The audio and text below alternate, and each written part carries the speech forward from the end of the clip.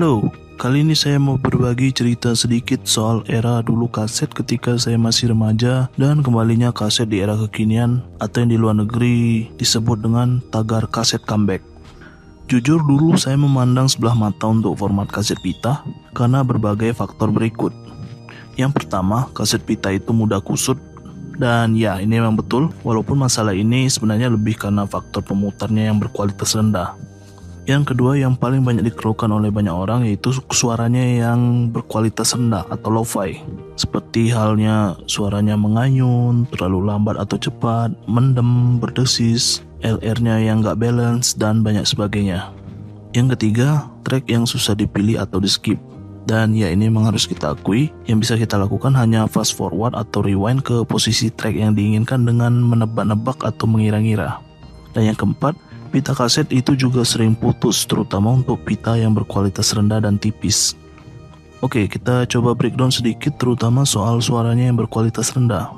Dulu ketika remaja saya masih sering berkutat dengan kaset. Saya sama sekali tidak tahu menahu soal tipe-tipe atau kasta kaset, yaitu kaset tipe 1 normal ferric, tipe 2 chrome, tipe 3 perpaduan ferric chrome, dan tipe 4 metal. Juga saya tidak tahu bahwa kebanyakan kaset pita rilisan itu diproduksi massal dengan teknik high speed dubbing, alias direkam dari sumber kaset pita master dengan kecepatan tinggi, yang menurut banyak orang justru ini akan mengurangi kualitas suara. Itu pun sekalipun untuk kaset original, dan untuk kaset bajakan bisa lebih buruk lagi kualitasnya daripada itu. Player yang dipakai pun kebanyakan untuk rumahan, terlebih di Indonesia, itu kelas menengah ke bawah. Hanya stasiun radio, studio musik, persewaan sound system yang memiliki player tingkatan pro atau yang menengah ke atas.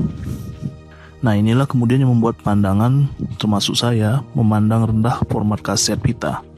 Dan pandangan itu akhirnya berbalik untuk saya pribadi di era kekinian yang justru perkembangan YouTube dan format digital yang makin maju ini. YouTuber luar negeri seperti Tekmoan, Westlife, dan Walkman Archive lah yang membuka mata dan wawasan saya lebar-lebar untuk ilmu tentang kaset pita. Dan ternyata saya juga takjub pada waktu itu dengan potensi kualitas kaset yang ternyata bisa bagus banget, sekelas CD dengan dibumbui warna suara yang lebih lebar, warm, dan lembut. Ini yang kemudian membuat akhir-akhir ini saya berburu kembali kaset-kaset rilisan ori, kaset-kaset kosong berkualitas, dan pemutar atau perekam dari brand yang sudah tereputasi sangat baik untuk produk tape deck seperti Nakamichi, Technics, Denon, Akai, Sony, Pioneer, Marantz, JVC, dan sebagainya. Kalau mau beli merek-merek itu sebenarnya sekarang ya sudah pasti langka dan adanya pun barang second. Tetapi banyak yang masih dalam kondisi yang layak, seperti misalnya Nakamichi DR10 milik saya ini. Dan sampai sekarang pun sebenarnya saya masih mengincar Sony WMD6C atau Sony TC5 atau Sony DD, yang kesemua itu adalah rilisan Sony untuk pemutar atau perekam kaset pita portable namun memiliki kualitas yang sangat baik. Ya, bisa dilihat dari banyak review-review di YouTube luar negeri. Dan ya, sayangnya produk-produk tersebut itu setahu saya stoknya sama sekali tidak ada di Indonesia untuk sekarang ya. Dan kalau beli dari luar negeri sudah pasti mahal. Ya, pada kesimpulannya untuk mendapatkan pengalaman kaset pita yang memuaskan, gunakan tape deck vintage berkualitas dari merek yang sudah saya sebutkan sebelumnya, tidak harus yang jenis 3-head. Dan untuk merekam kaset, pilihlah kaset-kaset kosong semisal koleksi saya ini. Oke, demikian cerita saya kali ini. Buat kolektor kaset pita, lanjutkan karena ya saya juga demikian.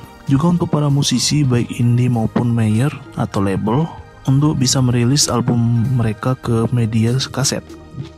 Karena beberapa artis musika merilis karya mereka ke media piringan hitam atau vinyl. Harusnya kaset juga bisa gitu. Seperti yang di video saya sebelumnya ini, saya lagi merekam album eksklusif Noah di smartphone SPC Noah S12 ke media kaset pita. Ini sebenarnya pancingan dan harapan saya supaya Noah merilis album-album tersebut ke kaset pita secara resmi. Oke, sekian dan salam Dewa Musik Entertainment.